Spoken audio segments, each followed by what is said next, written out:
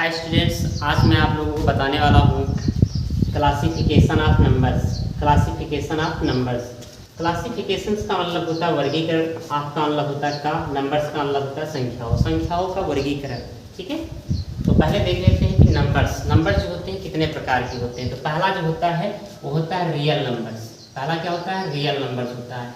Real numbers का मतलब होता है वास्तविक संख्याएं। रियल नंबर्स का मतलब क्या होता है? वास्तविक संख्याएं होता है। रियल नंबर्स का मतलब क्या होता है? वास्तविक संख्याएं होता है। वास्तविक संख्याएं, रियल नंबर्स का मतलब होता है वास्तविक संख्याएं। वास्तविक संख्याएं कौन कौन सी होती हैं? तो वास्तविक संख्याएं जैसे हम एग्जाम्पल के रूप में लिख सकते हैं -1, 0, 1, 3, 5/7, 3.14, √5 पर पाई, √3, √5, √7। ये सब क्या है? ये सब रियल नंबर्स हैं। रियल नंबर्स का मतलब होता है वास्तविक संख्याएं। -1, 0, 1, 3, 5/7, 3.14, पाई, इसका नाम पाई से पढ़ा जाता है। ठीक है, √3, √5, √7। तो इस प्रकार की जो संख्याएं होती हैं वो वास्तविक संख्याएं होती हैं। दूसरा होता है इमेजिनरी नंबर। इमेजिनरी नंबर का मतलब होता है काल्पनिक संख्याएं। इमेजिनरी नंबर क्या होता है? काल्पनिक संख्याएं होता है। इमेजिनरी नंबर का मतलब होता है काल्पनिक संख्याएं। क्या होता है? काल्पनिक संख्याएं होता है। काल्पनिक संख्याएं होता है। इमेजिनरी नंबर्स का मतलब होता है काल्पनिक संख्याएं। काल्पनिक संख्याएं कौन कौन सी होती हैं? तो काल्पनिक संख्याएं जो होती हैं वो इस प्रकार से होती हैं। रूट के अंदर, ठीक है, रूट के अंदर माइनस हो, जैसे √5, -√5, रूट के अंदर माइनस है, -2 यानी अंडर रूट -2, ये रूट के अंदर माइनस है। तो ये क्या होती हैं? काल्पनिक संख्याएं होती हैं। जैसे -√71, -√71, तो ये क्या है? काल्पनिक संख्याएं हैं। -√41, तो ये क्या है? काल्पनिक संख्याएं। तो इस प्रकार की जो संख्याएं होती हैं वो काल्पनिक संख्याएं होती हैं। काल्पनिक संख्याएं जिस रूट के अंदर अगर माइनस है, ठीक है, तो रूट के अंदर अगर माइनस है तो काल्पनिक संख्याएं कहा जाता है। उसके बाद आता है तीसरा जो नंबर है कॉम्प्लेक्स नंबर है। कॉम्प्लेक्स नंबर को कहते हैं सम्मिश्र संख्याएं। कॉम्प्लेक्स नंबर्स का मतलब क्या होता है? सम्मिश्र संख्याएं होता है। कॉम्प्लेक्स नंबर का मतलब होता है सम्मिश्र संख्याएं। कॉम्प्लेक्स नंबर्स का मतलब होता है सम्मिश्र संख्याएं। सम्मिश्र संख्याएं किसे कहते हैं? तो सम्मिश्र संख्याएं वास्तविक संख्या यानी रियल नंबर क्या होता है? ये जो काल्पनिक सम्मिश्र संख्याएं होती हैं, कॉम्प्लेक्स नंबर होते हैं, और रियल प्लस इमेजिनरी नंबर यानी रियल और इमेजिनरी नंबर दोनों संख्याओं को मिलाकर कॉम्प्लेक्स नंबर बनता है। कॉम्प्लेक्स नंबर कैसे बनता है? तो सम्मिश्र संख्याएं, कॉम्प्लेक्स नंबर का मतलब होता है सम्मिश्र संख्याएं जो real plus imaginary number, real मतलब वास्तविक संख्याएं, आई मतलब इमेजिनरी नंबर, रियल नंबर, और वास्तविक संख्याएं, रियल वास्तविक संख्याएं, आई इमेजिनरी नंबर, इन दोनों संख्याओं को मिलाकर जो संख्या बनती है वो कॉम्प्लेक्स नंबर बनता है। जैसे 4 + √-3, तो ये क्या है? देखिए 4 जो है ये रियल नंबर है और -3 ये क्या है? Imaginary number. तो ये रियल प्लस इमेजिनरी नंबर, इन दोनों नंबरों को जो मिलाया जाता है तब कॉम्प्लेक्स नंबर बनता है। तो इस प्रकार से हम समझ लिए कि कॉम्प्लेक्स नंबर किसे कहते हैं। कॉम्प्लेक्स नंबर का मतलब होता है सम्मिश्र संख्या जो रियल प्लस इमेजिनरी नंबर से बनता है। उसके बाद बात करें कि रियल नंबर्स किसे कहते हैं। रियल नंबर्स किसे कहते हैं? तो रियल नंबर्स का मतलब होता है वास्तविक संख्याएं। रियल नंबर्स का मतलब क्या होता है? वास्तविक संख्याएं होता है। वे सभी नंबर्स जो संख्या रेखा पर दर्शाया जाता है, वे सभी नंबर्स जो संख्या रेखा पर दर्शाया जाता है उन्हें हम वास्तविक संख्या कहते हैं। वे सभी नंबर्स जो संख्या रेखा पर दर्शाया जाता है उन्हें हम वास्तविक संख्या कहते हैं। एग्जाम्पल जैसे -1, 0, 1, 1/2, 4, 4/7, 3.25, पाई, अंडर√3, √5, ये सब क्या है? ये रियल नंबर्स के उदाहरण हैं, एग्जाम्पल हैं। रियल नंबर्स आप देखते हैं कि रियल नंबर्स कितने प्रकार के होते हैं। तो रियल नंबर्स कितने प्रकार के होते हैं? तो एक होता है, दो प्रकार के होते हैं, एक होता है रेशनल नंबर, दूसरा होता है इरेशनल नंबर। रियल नंबर कितने प्रकार के होते हैं? दो प्रकार के होते हैं। पहला होता है रेशनल नंबर, दूसरा होता है इरेशनल नंबर। रेशनल नंबर का मतलब क्या होता है? रेशनल नंबर्स का मतलब होता है परमेय संख्या। रेशनल नंबर का मतलब क्या होता है? परमेय संख्या। परमेय संख्या किसे कहते हैं? तो P/Q के रूप में लिखा जा सके, ऐसी संख्याएं जिनको P/Q के रूप में लिखा जा सके। P/Q का मतलब होता है ऐसी संख्या जिनको अंश बटा हर के रूप में लिखा जा सके। जिस संख्या को P/Q के रूप में लिखा जा सकता है उसे परमेय संख्या कहा जाता है। तो ऐसी संख्याएं जिसे P/Q के रूप में लिखा जा सकता है उसे परमेय संख्या कहते हैं। परमेय संख्या किसे कहते हैं? जो संख्या भिन्न के रूप में होती है। भिन्न में क्या होता है? ऊपर अंश होता है, नीचे हर होता है, अंश बटे हर। ऐसी संख्या जिसे अंश का हर के रूप में लिखा जा सकता है उसे रेशनल नंबर कहते हैं। दूसरा आता है इरेशनल नंबर। इरेशनल नंबर का मतलब होता है अप्रमेय संख्या। इरेशनल नंबर का मतलब क्या होता है? अप्रमेय संख्या होता है। अप्रमेय संख्या किसे कहते हैं? जिसे ऐसी संख्या जिसे P/Q के रूप में ना लिखा जा सके, ऐसी संख्या जिसे P/Q के रूप में ना लिखा जा सके उसे अप्रमेय संख्या कहते हैं। अप्रमेय संख्या को इंग्लिश में इरेशनल नंबर्स बोला जाता है।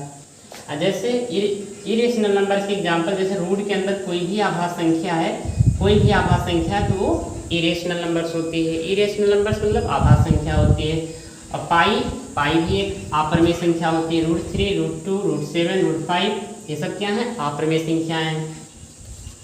तो आपने ये समझ लिया कि जो परमेय संख्या होती है जिसे P/Q के रूप में लिखा जा सकता है उसे परमेय संख्या कहते हैं। इरेशनल नंबर का मतलब होता है P/Q के रूप में जिसे नहीं लिखा जा सकता उसे अप्रमेय संख्या कहते हैं।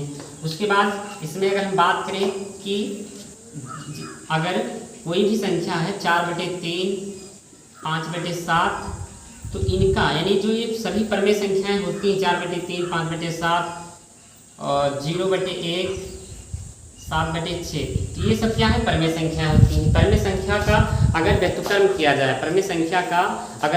किया जाए, तो परमेय संख्या प्राप्त होती है सिर्फ और सिर्फ 0 को छोड़कर। 0 एक परमेय संख्या होती है क्योंकि बटे इसके 1 लिख सकते हैं। लेकिन अगर 0/1 यानी परमेय संख्या का व्यक्तकर्म किया जाए 1/0 हो जाएगा। और चूंकि 1/0 ये परमेय संख्या नहीं होती है, ये अपरमेय संख्या बन जाती है। ठीक है, तो सभी परमेय संख्याओं का व्यक्तकर्म करने पर परमेय संख्या प्राप्त होता है, लेकिन सिर्फ 0 को छोड़कर 0 का अगर व्यक्तकर्म किया जाएगा तो एक अपरमेय संख्या प्राप्त होगा। परमेय संख्याएं कितने प्रकार की होती हैं, यानी परमेय संख्या कितने प्रकार की होती है? तो परमेय संख्या को आप ऐसे कह सकते हैं इंटीजर्स। पहला होता है इंटीजर्स का मतलब होता है पूर्णांक। दूसरा होता है पूर्ण संख्या। ठीक है, दूसरा क्या होता है? पूर्ण संख्या होता है। और तीसरा होता है नेचुरल नंबर्स। और इसी में एक और व्यक्त कर सकते हैं, ठीक है, इसी में एक और व्यक्त कर सकते हैं डेसिमल। ठीक है, डेसिमल का मतलब होता है दशमलव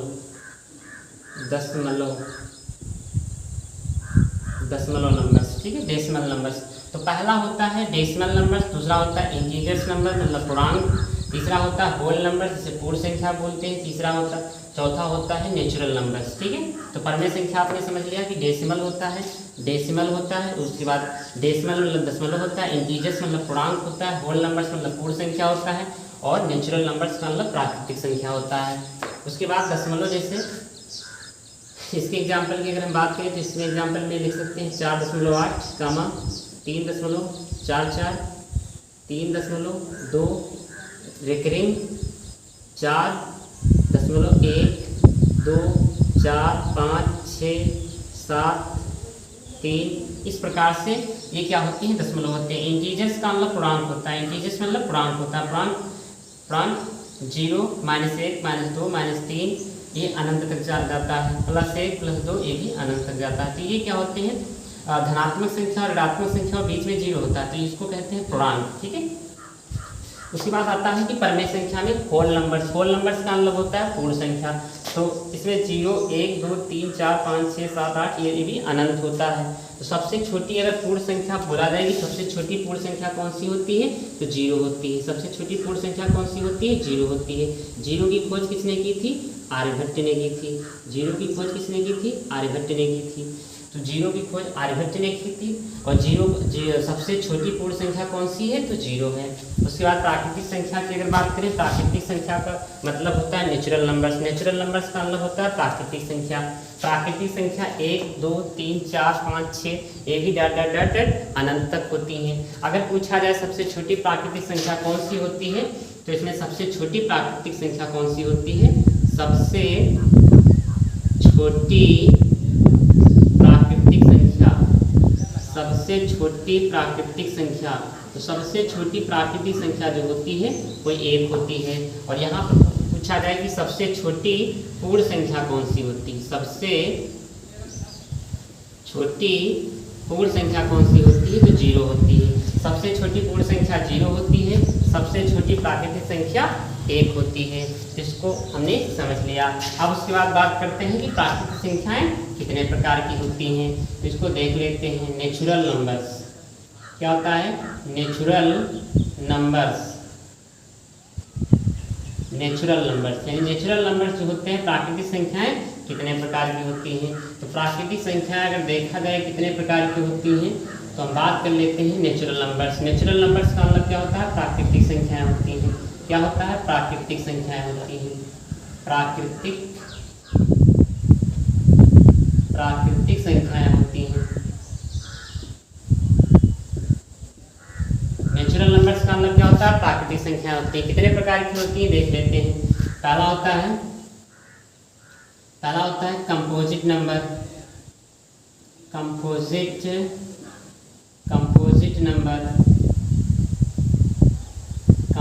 नंबर। फिर अगला होता है प्राइम नंबर,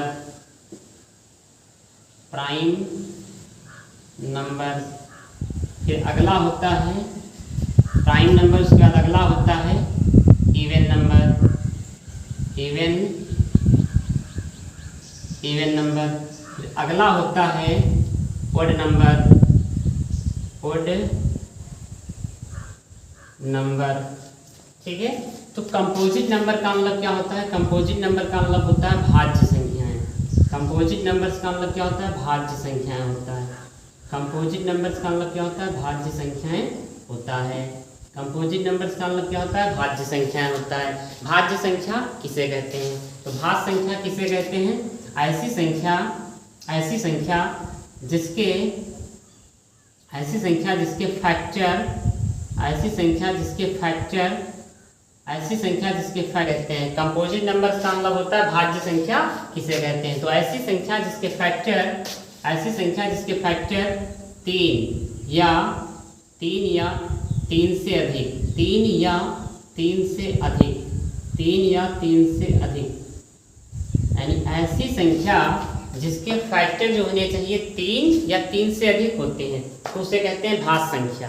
भाज्य संख्या का मतलब ऐसे भी कह सकते हैं ऐसी संख्याएं जो एक और स्वयं के अतिरिक्त किसी अन्य तीसरी संख्या से भी विभाजित हो जाए, तो उसे भाज्य संख्या कहते हैं। भाज्य संख्या किसे कहते हैं, ऐसी संख्या जो स्वयं और एक के अतिरिक्त किसी अन्य तीसरी संख्या से भी विभाजित हो जाए, उसे भाज्य संख्या कहते हैं। कंपोजिट नंबर्स कहते हैं, अर्थात इसके जो फैक्टर होने चाहिए 3 या 3 से अधिक होने चाहिए। यानी कोई भी संख्या अगर उसके फैक्टर 3 या 3 से अधिक है तो कंपोजिट नंबर होगा।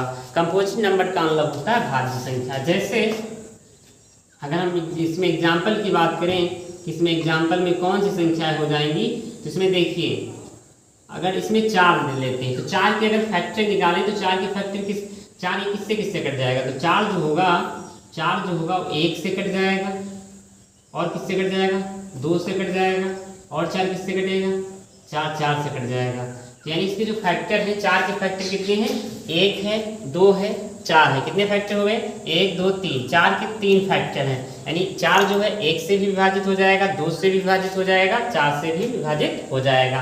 तो भाज्य संख्या के 3 या 3 से अधिक फैक्टर होते हैं, 3 या 3 से अधिक फैक्टर होते हैं, उसे क्या कहा जाता है, उसे भाज्य संख्या कहा जाता है। जैसे दूसरी संख्या की अगर बात हम करें, जैसे हम 12 ले लेते हैं, 12, तो 12 किससे कटेगा, तो 12 1 से कट जाएगा, फिर ये 2 से भी कट जाएगा, फिर ये 3 से भी कट जाएगा, फिर ये 4 से भी ये कट जाएगा, 4 3 12, फिर ये और किससे कट जाएगा, फिर ये कट जाएगा, 5 से नहीं कटेगा, 6 से कट जाएगा, और ये किससे कट जाएगा, और ये कट जाएगा 12 से कट जाएगा। ठीक है, तो 12 जो है 1 से भी कट जाएगा, 2 से भी कट जाएगा, ठीक है, 3 से भी कट जाएगा, 4 से भी कट जाएगा, 5 से नहीं कटेगा, 6 से कट जाएगा, 7 से नहीं कटेगा, 8 से भी नहीं कटेगा, 9 से भी नहीं कटेगा, 12 से कट जाएगा। तो इस प्रकार से 12 के जो फैक्टर हैं 1 2 3 4 5 6, 12 के एक निश्चित फैक्टर कितने हैं, और 6 हैं। तो इस प्रकार के इसके जो फैक्टर हैं 3 या 3 से अधिक यानी 3 से ज़्यादा है, और जिसके फैक्टर 3 या 3 से ज़्यादा होते हैं उसे भाज्य संख्या कहा जाता है।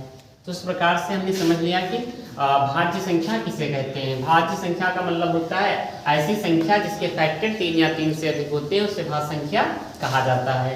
तो इस प्रकार से हम भाज्य संख्या के बारे में जान चुके हैं। उसके बाद अब आगे बात करते हैं प्राइम नंबर्स। प्राइम नंबर्स का मतलब होता है आभाज्य संख्या। प्राइम नंबर्स का मतलब क्या होता है, आभाज्य संख्या होता है। प्राइम नंबर्स का मतलब क्या होता है, आभाज्य संख्या होता है। प्राइम नंबर्स का मतलब क्या होता है, आभाज्य संख्या होता है। प्राइम नंबर्स का मतलब क्या होता है, आभाज्य संख्या होता है।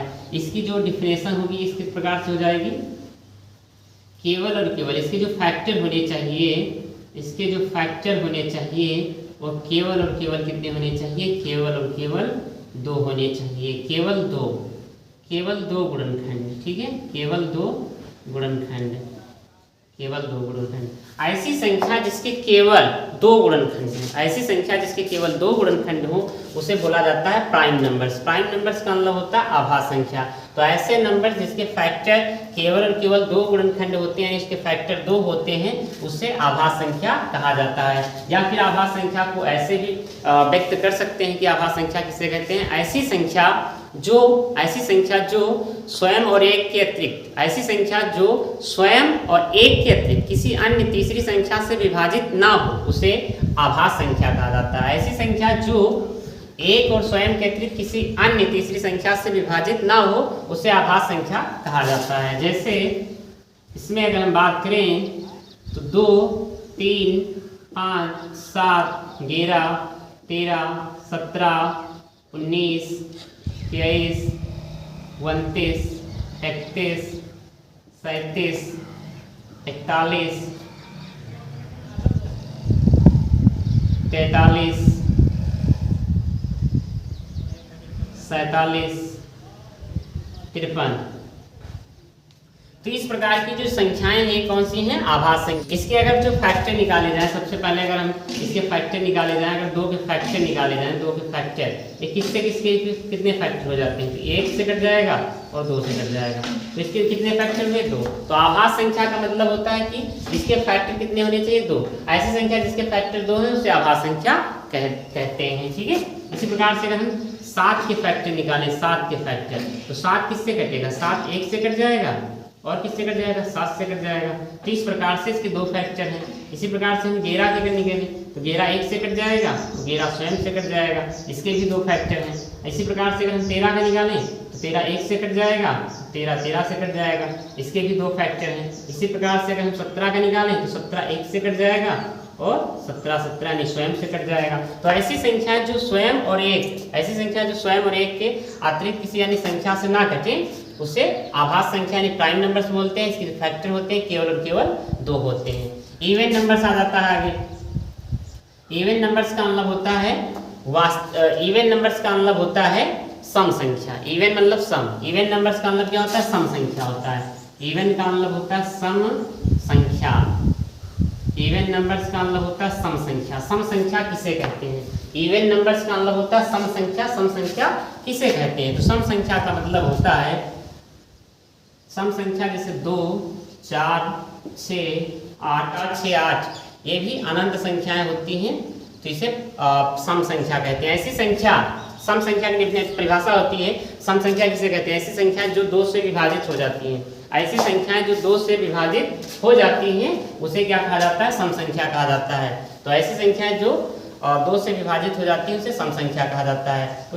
उसके बाद आगे आता है ओड नंबर्स। ओड नंबर्स का मतलब क्या होता है, तो ओड नंबर्स का मतलब होता है विषम संख्या। ओड नंबर का मतलब क्या होता है, विषम संख्या होता है। ओड नंबर का मतलब क्या होता है, विषम संख्या होता है। विषम संख्या किसे कहते हैं, तो विषम संख्या किसे कहते हैं? ऐसी संख्या जो 2 से विभाजित ना हो। क्या होता है? ऐसी संख्याएं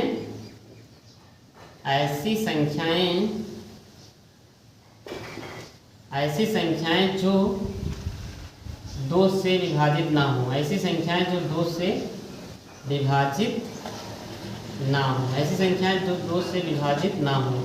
ठीक है, यानी ऐसी संख्याएं जो 2 से विभाजित ना हो, यानी पूरी पूरी ना कटे, तो उसे ऑड नंबर कहा जाता है। जैसे 1, 3, 5, 7, 9, 11, 13, 15, 17, 19, 21, 23, 25, 27, 29, यानी एक संख्या को छोड़कर एक के बाद 2 छोड़ देंगे, 3 के बाद 4 छोड़ देंगे, 5। तो एक देखिए, 1 2 से नहीं कटेगा, 3 2 से विभाजित नहीं होगा, 5 को 2 से डिवाइड करेंगे, नहीं पूरी तरीके से विभाजित होगा। ऐसी संख्या जो 2 से विभाजित ना हो उससे ऑड नंबर बोला जाता है। ऑड नंबर का मतलब होता है विषम संख्या। ठीक है, उसके बाद अगर हम बात करें डेसिमल की, ठीक है, डेसिमल कितने प्रकार के होते हैं? तो डेसिमल की अगर हम बात करें,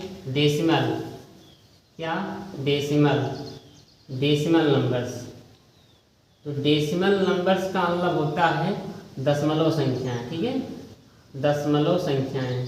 डेसिमल नंबर्स का मतलब क्या होता है? दशमलव संख्याएं होता है।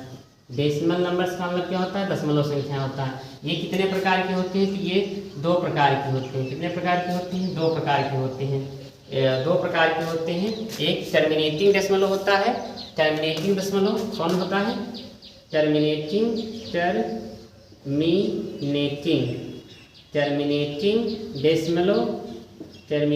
डेसिमल, और दूसरा होता है non terminating decimal. Non terminating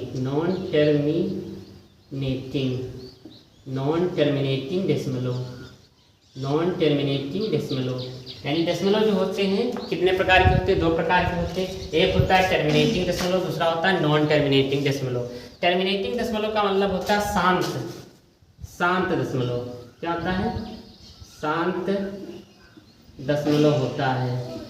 non terminating का मतलब होता है अशांत दशमलव होता है। अशांत दशमलव होता है। शांत दशमलव में जैसे 4.3, 5.8, 6.3। इसके बाद नॉन टर्मिनेटिंग का मतलब 4.3 बार, 4.33 या 4.5, 6, 7, 1, 2, 5, इस प्रकार से। तो ये होते हैं terminating decimal, non terminating decimal. Decimal कितने प्रकार के होते हैं? 2 प्रकार के होते हैं, terminating decimal, non terminating decimal. अब नॉन टर्मिनेटिंग डेसिमल 2 प्रकार के होते हैं। नॉन टर्मिनेटिंग डेसिमल कितने प्रकार के होते हैं? 2 प्रकार के होते हैं। तो जो होते हैं 2 प्रकार के होते हैं, terminating decimal, non terminating decimal. अब ये अशांत दशमलव कितने प्रकार के होते हैं? 2 प्रकार के होते हैं। ठीक है, अशांत दशमलव जो होते हैं कितने प्रकार के होते हैं? 2 प्रकार के होते हैं। अशांत दशमलव जो होते हैं कितने प्रकार के होते हैं? 2 प्रकार के होते हैं। पहले होता है अशांत आवर्ती दशमलव, अशांत आवर्ती दशमलव। दूसरा होता है अशांत अनावर्ती दशमलव, अशांत अनावर्ती दशमलव, इस प्रकार से। ठीक है,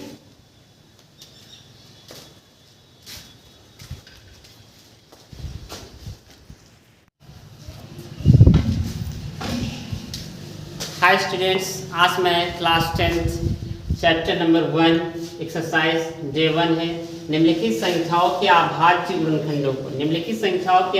गुणनखंडों को गुणनफल के रूप में व्यक्त करना है। निम्नलिखित संख्याओं को अभाज्य गुणनखंडों को गुणनफल के रूप में व्यक्त करना है। चलिए देख लेते हैं किस प्रकार से व्यक्त किया जाता है। तो किसी भी संख्या के अभाज्य गुणनखंडों को गुणनफल के रूप में व्यक्त करने के लिए सबसे पहले आपको पता होना चाहिए प्राइम नंबर्स। ठीक है, प्राइम नंबर्स क्या होते हैं? चूंकि अभी बता चुके हैं कि प्राइम नंबर्स क्या होते हैं, यहाँ पर लिख भी देते हैं। प्राइम नंबर्स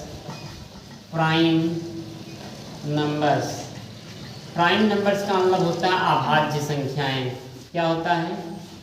अभाज्य संख्याएं होता है। प्राइम नंबर्स का मतलब होता है अभाज्य संख्याएं। प्राइम नंबर्स का मतलब क्या होता है?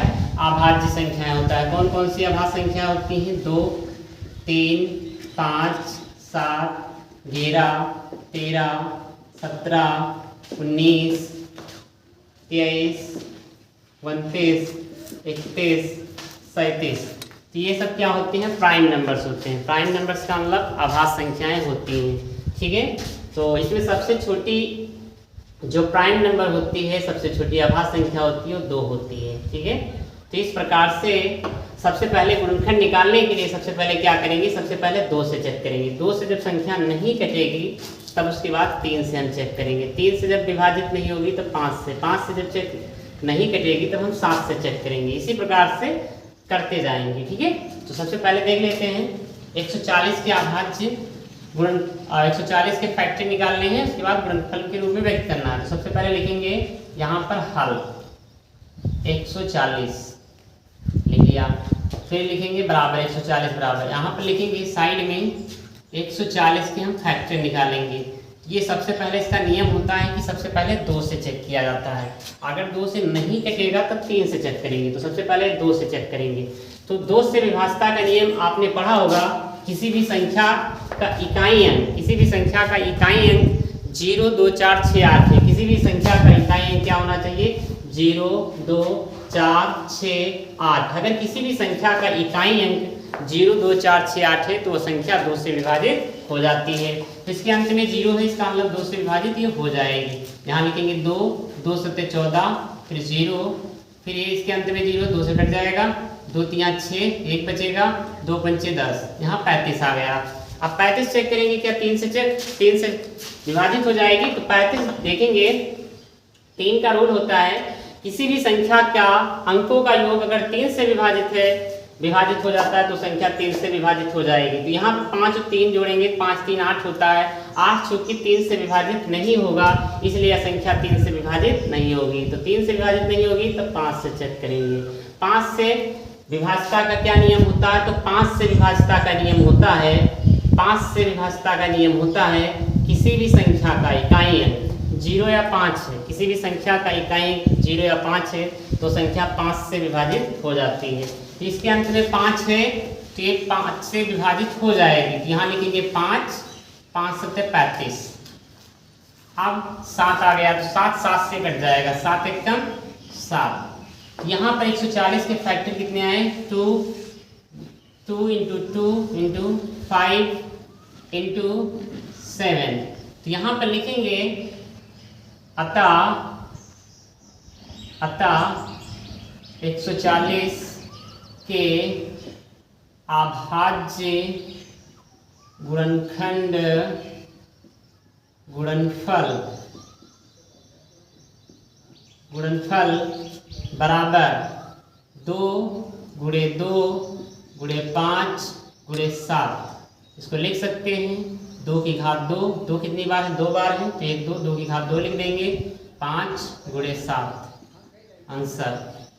इस प्रकार से आपको लिखना है। ठीक है, उसके बाद अगर हम 156 की बात करें, दूसरा सवाल, तो यहाँ पर लिखेंगे हल, फिर 156 लिखेंगे। 156 के फैक्टर निकालेंगे। यहाँ पर क्या लिखेंगे? 156। सबसे पहले इसके अंत में क्या है? 6 है तो इसको सबसे पहले 2 से कट जाएगा। यहाँ लिखेंगे 2, 2 से 14, 1 बचा, 2 8 16 हो जाएगा, 2 से कट जाएगा, 2 3 6, 1 बचा, 2 9 18, ये 3 से कट जाएगा, 3 1 3, 3 3 9, 13 13 से कट जाएगा, 13 1 13। तो 156 के फैक्टर कितने आए? 2 × 2 × 3 × 13।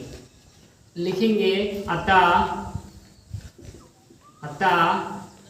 156 के अभाज्य गुणनफल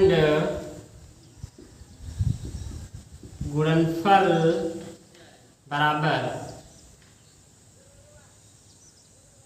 2 × 2 × 3 × 13। इसको लिख सकते हैं 2 की घात 2 × 3 × 13 आंसर। तो इस प्रकार से क्या होता है, किसी भी संख्या के अभाज्य फैक्टर को गुणनफल के रूप में व्यक्त किया जाता है, गुणनफल के रूप में, ठीक है, गुणनफल के रूप में। तो इस प्रकार से आप निकाल सकते हैं, किसी भी संख्या के अभाज्य फैक्टर को गुणनफल के रूप में व्यक्त कर सकते हैं। अगर वीडियो पसंद आए तो लाइक कीजिए, शेयर कीजिए, सब्सक्राइब कीजिए।